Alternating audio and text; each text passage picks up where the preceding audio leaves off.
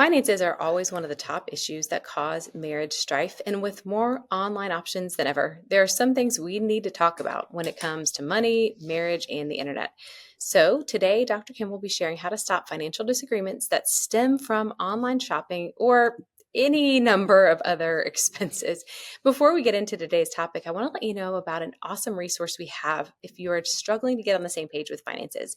This is our 27 money questions every couple needs to ask resource. This is a great, simple way for you and your spouse to get on the same page by just working through these questions together. Make sure you see the link in today's show notes to find that resource.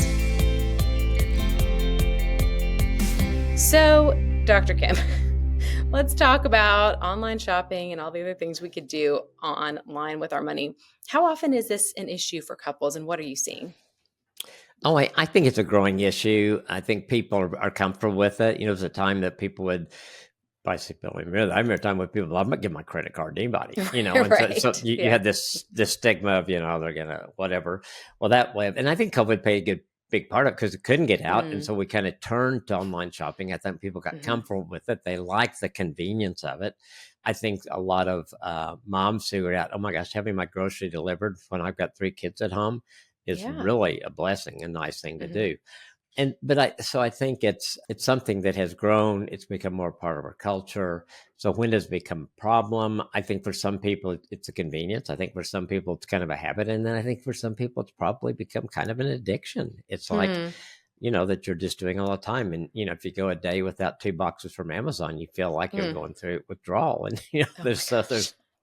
so I think it's something that every couple has to figure out together. Mhm. What do we order online? Do we put a budget on that? How are we going Mhm. to handle this so it doesn't cause conflict in our relationship? And so I think it's Mhm. probably an issue that everybody has to deal with. And I think some of them it's a lot easier to deal with, and some of them it becomes more of a problem. Mhm. Okay. Yeah. Yeah, I mean, we see stuff all the time. Like there's all these stereotypes on social media about, there are some women who say, "Oh yeah, I have my husband break down all my Amazon boxes. I just throw them in the garage and he takes care of it." And then there are others who go, "Oh no, hide the boxes. I can't let him know that I got something else." So we know it's happening. We know it's affecting couples for sure. Yes, absolutely. Yeah, and you just don't want to. Anytime you get to where you feel like we're hiding something, or Mhm. we want to make sure you get. Well, I hope he gets here, Amazon man, so I can get those boxes unpacked and the Right. clothes hung up before my husband gets home. Then that's a problem. Right. Yeah, and I mean, I don't know how real this is, but I see a lot of like influencers who are going, "Here's my daily or not maybe not daily, but my new haul from Amazon and it's like 8 different things." I'm like, is that a real life thing that people are doing or is that just a one-off for these particular For that, influencers? I don't know. I don't know either. And I think guys, we order things too. Right. I order more like what I would order would be very different what Nancy order. I mean, I'm Sure. looking for Sure. gadgets or video stuff Mhm. or I don't know, just different things like that Yeah. that I am interested in, and I'll be looking around and think, oh gosh, that's that thing I've been looking at. And, huh, looks Yeah. really interesting. Yeah. It's a lot easier to grab it there Oh than yeah. to go Oh to the yeah. store. Well, okay, so let's talk about this. When we break it down, what is the source of the disagreement? Like, what kind of disagreements are couples having here? I think the impulse buying Mm, probably mhm, causes some issues mhm, because I think it's so easy to buy online, and it's so easy to then to overspend. And then that mhm, can get into hiding the purchases. I mean, that kind of thing. And then, does it cause a financial strain? Or do mhm, I've had a couple of people I know and I've worked with in counseling that had a credit card their spouse didn't know about. And that's what the Amazon stuff went on. And they would max out and then they'd think, okay, now what do I do with it? So mhm. it can cause us to do some behaviors that short term aren't good and long term can really cause some problems, I think. Mhm. One of the things that I think that I've had to be aware of and watch are just subscription services. What Hmm. streaming services, things like Mhm. that. What do you subscribe to? And I might subscribe to something because I want to see one series that they've got, and then I forget Mhm. about it, and I think, oh yeah, I've been billed 3 months from this when I should have canceled it. So yeah, I mean, Mhm. you know, and other online subscriptions or things like that, I think you just have to be aware of Yeah. and be in agreement on things like Mhm. that we're going to do. I think that just the time that one of you might be spending online can be a Mm-hmm. problem. You're browsing, you're looking at stores, you're those kind of things. And so it takes Mm. away from relationship, or maybe takes away from other things that what you probably should be doing or need to be doing, or Mm-hmm. those kind of things. So I think that's a problem. Well, you're always on there. You're always looking, Mm-hmm. you're always shopping online. And I think people like to shop. I think women probably like to shop. I like to buy when Nancy likes to shop more. Right. Right. I like going to the store and I know what I'm going to get, and I get it and get out. And that's very difficult for her. She wants to Mm-hmm. look at what all's there and stuff like Yeah. that. Don't rush her. She needs she needs her She time. needs that. She needs that time. Yeah. Yes, I've learned that. I didn't learn Mm-hmm. it art easy, and I think too, what I see in that, if you haven't set some structure around it, you get some one-sided financial decisions. So I buy Okay. something, I do something, I haven't consulted with Nancy, so Mm-hmm. then that becomes a problem. And I Mm-hmm. think anything when there's, we talk so much about oneness, we talk about being a team. I think the things we're talking about with internet money disagreements really is when you quit being a team. Mm-hmm. If you've talked about it, if you've budgeted, it's something you can afford, and you decide together to do it, then it's probably going to be okay. But I Mm-hmm. see a lot of separateness in it is where it causes the problems. And just how does that? Are you putting financial stress on the marriage, or Mm-hmm. in the conflicts? Are you fighting about this all the time? Every time there comes a box, I'm talking about Mm-hmm. Amazon because that's probably where most things come from. So there's a fight every time that there's Amazon boxes around. Mm-hmm. So I think those are kind of some of the ones that I would see. It just covers a lot of different things to look at. And I Mm-hmm. think it's something that has grown quickly Mm-hmm. in our culture. And like a lot of things that go quickly, it takes us a little while to figure out, okay, how do we deal with this? And how is it Mm-hmm. really affecting us? Because it's easy to do that. It's so easy to find something you like, and it's so easy to click, and that's it. I mean, you've Mm-hmm. shopped in not very long, and Yeah. then you just wait or later that day or the next day, and there it is. Yeah. Yeah. No, that's so true. And it's interesting because you talk about, when you see the boxes, that becomes the tension point. But it's interesting, the other stuff, like the subscriptions you talked about, they're kind of invisible. So they might be causing a problem. Hmm. Maybe they're adding up, causing some financial strain. Maybe you're paying them without realizing it, but you don't see it. And so there's this kind of way you can be invisible Yeah. with what you're doing with money on the internet. But then when you get the box, it's now it's in your face, so you have to deal with it. I think that's a really important note about it is, before you had to be a little more thoughtful with your shopping and your spending. Even like you mentioned at the top of the episode, before you would share a credit card, you had to actually have the cash in hand. Hmm. And now we don't, there's just these layers that make us not have to be as considerate about it. So I think that can make it easy to not make the best decisions or not really weigh the decision. Yeah, I think so too. I thought of another thing that I saw one person that did, and because her spouse was upset about the Amazon boxes, so she started having them delivered to Whole Foods, and so she said, Oh. "I'm going to the grocery store." So she'd go to the grocery store and she'd pick up her boxes, and Hmm. she'd wait till the next day, and then she would unpack the boxes and Oh get rid of all gosh. the evidence. And so, when you go that far, I said, "What are you really doing there?" And she goes, "I Right. think I'm making a mess of my marriage." And I said, "I think you're right." Okay. That's a good And observation. I sometimes was going to say. I think sometimes though it can become a game almost. Mhm. And Mhm. I think usually when we get to that, it's probably not going to go well at all. Yeah, no, that's a great point, and I'm so glad she came to that realization. So, when we're talking about all this, okay, how can a couple tell if this has become an issue that they need to start dealing with?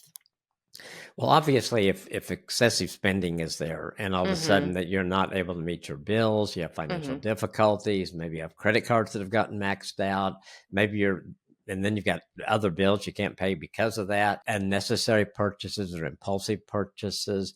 Yeah, I think when you look at the things, if you look back over say a month and you see the things you purchased and see how many times have we used those things, Hmm. that might be a sign that there's a lot of impulse buying there that just Mhm. seems good at the moment, and then you took it out of the box and now it's still there, not doing Mhm. anything with it. I think the secretive behavior we talked about, that would definitely be a Yeah. huge red flag for me. If you're Mhm. just hiding purchases, lying about things, all those things are so, and when you just look at them objectively, You Mhm. think that would be so unhealthy for marriage. And yet I Yeah. think when some people get into it, they, I don't know, it's like they just get Mhm. consumed with make getting what I want, basically. Mhm. And I don't want to fight, so I'm not going to let my spouse know about it. Well, that's not good. Emotional triggers, shopping to cope with the negative emotions or stress Mhm. or anxiety or boredom or depression. You can kind of get this temporary high off of Mhm. shopping, and then all of a sudden then you feel guilty and regret. So it just goes in this really negative cycle. But I think sometimes we figure out different ways to cope with things, and I think shopping online is a way that another way that people can cope with things. Mhm. And they probably think, well, this tell I'm not on drugs and Right. I'm not an alcoholic and I'm just spending. But You're being anytime we, faithful, yeah, yeah, Yeah. you're just, yeah, yeah. Mhm. And so, are you fighting a lot about it? Are you fighting? Mhm. Is there tension between us? Mhm. And all those kind of things. So I think those are the main things, and then financially, does it really get to be where there are some real consequences Mhm. of that? So I think those are some of the things that I would see that you'd say, hey, these are some red flags. Okay. How's it affecting us a couple? Mhm. Mhm. No, those are really really good ones to note. And I think anytime that there's that secrecy, you just know there's something is amiss in the trust. We've talked a lot about trust recently on the podcast, and so that's something where I think we were able to go deeper in some layers here of where trust is really a big communication breakdown a lot of the Right. times. And so if you're not able to communicate, you got to look at why. Why are you keeping that secret? Why is the trust broken? Is there something we Absolutely. can do to rebuild that too? Yeah, I would ask somebody, why do you feel like you need to hide that from your husband? Mhm. What would happen if he knew? And then Mhm. from there go to, okay, that's what we really need to deal with right here. Mhm. Mhm. Because if you're open, then you can talk about it, and if you're as a team on it, then really shouldn't be issues Yeah. because you're Yeah. working on it together and you're talking about it, and you're Mhm. looking what's best for our marriage, not what's best for one of us individually.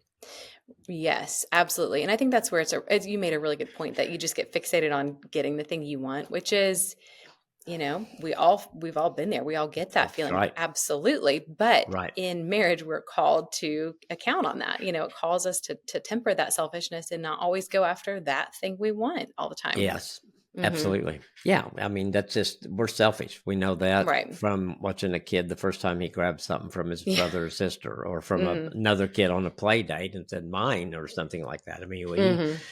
that's pretty well ingrained in us. Pretty young. We want Yes. what we want.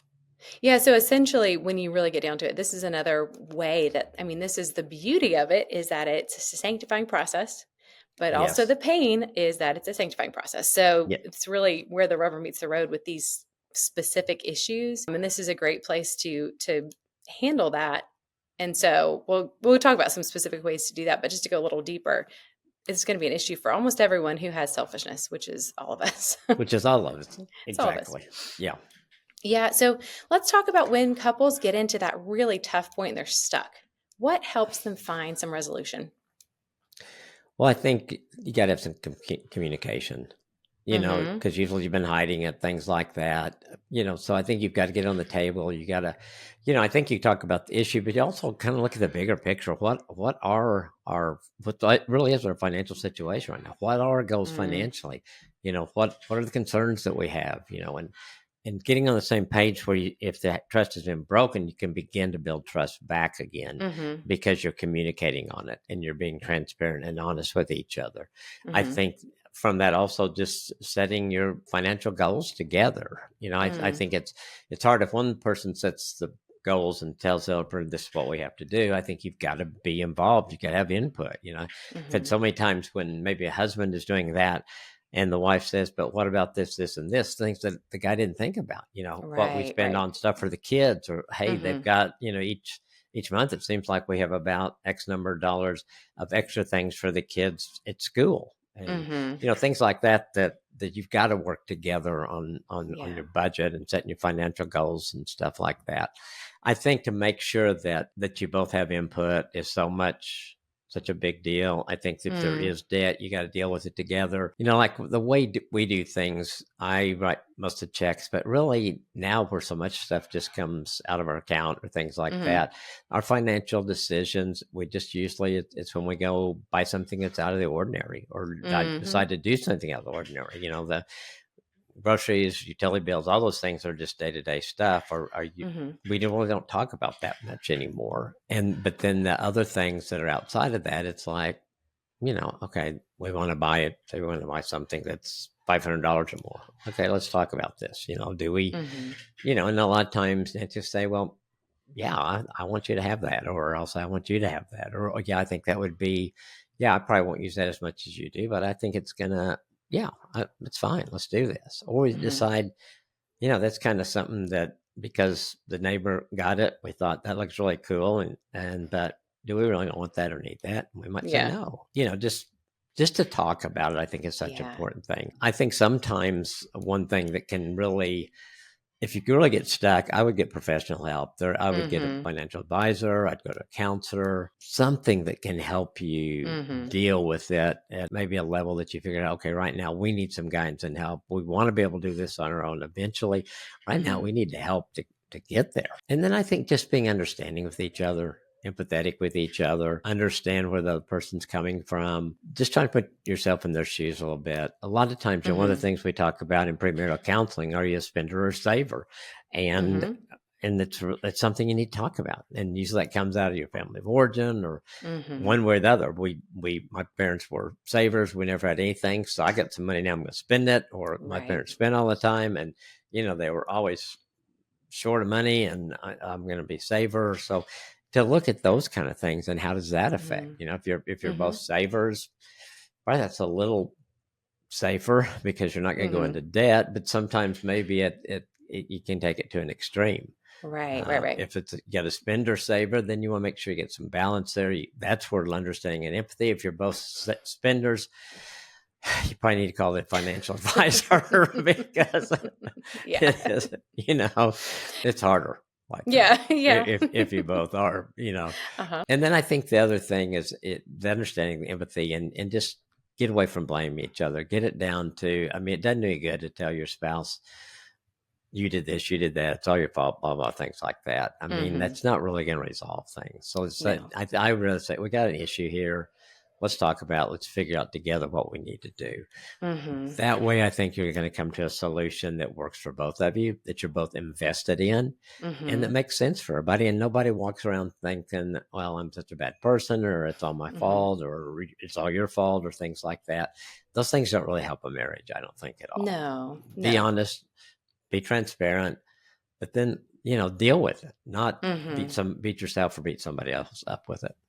Yeah.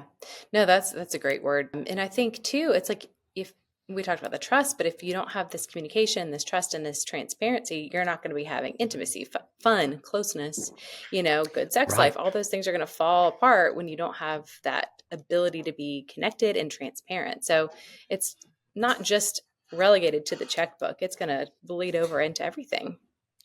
Exactly. There's such a separateness that comes with that. Mm-hmm. And it's not going to give you what you really want in marriage. It's not going to give you Right. happiness, contentment. It's not going to give you that closeness, like you said, the intimacy that you're going to have Mm-hmm. with your spouse. And so doing things don't let things get in the way of that. And if shopping, all that kind of stuff we're talking about today is getting in the way of that, then something needs to be done. Something needs to Yeah. change, or you're never really going to have the marriage that you want. Right, right, right. And I would say if the shopping has become a coping mechanism because you don't have what you want, it is Yeah. actually not a neutral coping mechanism. It's taking you away from that because you're not addressing the actual issue. Yeah. Take that money and make an appointment with a counselor. Absolutely. Yeah. Let's get Mm-hmm. invest it with somewhere you're really going to get a return. Because most of the Yes. things we buy, I mean, how long, where are they going to be, a year or 6 months or a month? Right. Right. Even the new iPhone gets old pretty quick, It you know? does. Yeah. And Yeah. Yeah. so, it's not like these are life and death money decisions you're making as Right. far as I'm going to buy this and my life is going to be better forever. The newness Mm-hmm. wears off. And I get Yeah. it. It's fun. I enjoy getting something new. I mean, I love Hmm. that part of it. That is fun.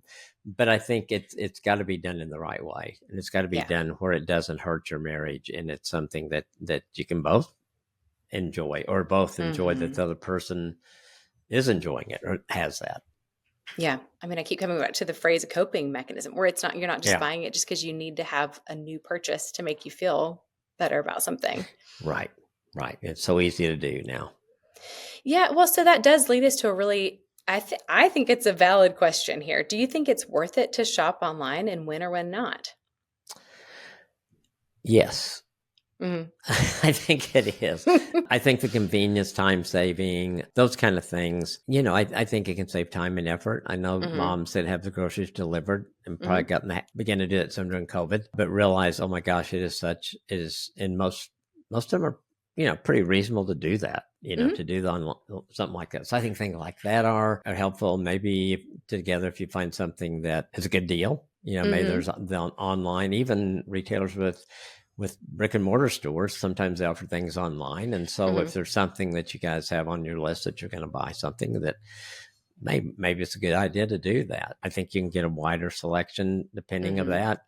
I like shopping online because I can do it from home Hmm. and I can compare prices and I can look at things like that instead of at one time, I'd probably go 3 or 4 stores looking at stuff, and Sure. in Yeah. some way not that that was bad. Sometimes it's Hmm. kind of fun, but sometimes you just think, I don't really have time to do that. So I think those things, and if you budget right and you track what you spend online, it really can be easier to track that and stick with your budget if you're being open Hmm. with each other because Hmm. you've got a kind of a running total there all the time. So I Hmm. think there's some pluses about it. I think it's just, and if you're in agreement, then that's probably not going to be a problem. And Yeah. there are some things that I think make it convenient. I think it can make lifestyle easier to do that. There's Hmm. a place here that you can order the stuff online and then you just drive by and pick it up. And I've got Hmm. some moms that are using that because they say, I pick it up on my way home from work. Hmm. I don't have to stop at the grocery store like I used to. And so it's Hmm. a 2-minute stop instead of a 30-minute stop. Right. Right. And when you got to go home and fix dinner or bring the stuff home so you and your spouse can fix dinner, there's some big savings there. So Hmm. there's definitely some pluses to it. Hmm. You just want to keep it like everything else, keep it in balance. Right. There's so many Yes. good things in our lives that if we keep them balanced, really do continue to be good. And if it gets Hmm. out of balance, it can really harm us or harm our marriages and Hmm. relationships. Yeah, that's such a good point. That's a great way of looking at it. Well, Yeah. so in line with that is you have shared a strategy you use to curb impulse buying called the 3-day rule. Will you explain how that works? Yeah. If I'm like looking at something, it's probably going to be, and I really wanted to think, oh man, I can't live without this or whatever it is, something like that. If it's over a certain amount, then I say, okay, I'm not going to buy it for 3 days. Hmm. And most of the time, and sometimes it depends on what it is. If it's something really expensive, it's probably better to do 3 weeks or something like that. Right. But the Right. idea is to get me out. I can be very impulsive in buying. Mm. I can justify and think, oh my gosh, that's going to make my life so much better, or that's going to make Hmm. doing this so much better, or things like that. And so, but if you wait 3 days, it gives you a chance to kind of get the impulsivity over, gives me Hmm. a chance to pray about it, to talk to Nancy about it. And then if it's something I really decide, okay, I think, well, it gives me a chance to shop a little bit. Am I really getting the best deal? If I am going to do Hmm. that, most of the time with the 3-day deal, I don't go buy it. Mm. It's Hmm. just, and that's just me because probably my impulsivity. I think, Hmm. or I think, maybe I'll get that, but I'm not going to get it now. We'll put that down, Hmm. put that kind of down the list somewhere because, Hmm. yeah, it might be nice, but it's not. When I weigh it all out, it just doesn't seem to make sense right now. Hmm. So I think that helps. It helps me a lot. And I think really in our culture today, when it's so easy to be impulsive in our buying, it's probably a pretty good rule. And I just Hmm. decide together what's your limit, what goes into the 3-day rule. Hmm. Is that if it's over $50 or $500 or whatever it is Hmm. that works for you guys in your budget, just kind of that's your guideline. And Hmm. once you've got that boundary set, you've pre-decided something. And we talk Yes. a lot about pre-deciding makes such a difference. If you haven't, Mm-hmm. I can justify anything Mm-hmm. if I work long enough at it. Yeah, you're right. You know, and so if it's like, oh, that's over the limit, Nancy and I talked about. Okay, I'm going to write it down. It goes on my 3-day deal, Mm-hmm. and it makes a difference. So it's Pre-deciding not it makes a huge difference. so it's not a 3-day countdown to when you get to go get your thing. No, no. I mean, I guess for some people you could spin it that way. I think you've got to go into it thinking, I want to make sure that I'm being a good steward of the money I've got. Mm-hmm. Mm-hmm. Which for me it means, do I really need this? How bad do I want it? Is it Yeah. just a want, a need? And is it really going to make my life easier or better? How's it going to benefit? Yeah. And that doesn't mean you can't buy something you just enjoy. If you want to Right. buy a candle that smells the way that you've been looking for 5 years, then Yeah. buy it and enjoy the smell. I mean, there's nothing wrong Yeah. with that either. Mm-hmm. I Yeah. don't want to get it where it's so practical. Yes. Yeah. Yeah. Yes. So, what about, do you have any other strategies on how to cut down impulse buys or just to change bad money habits? So I think there's some other things you can do. I think for me, it really helped knowing my vulnerabilities.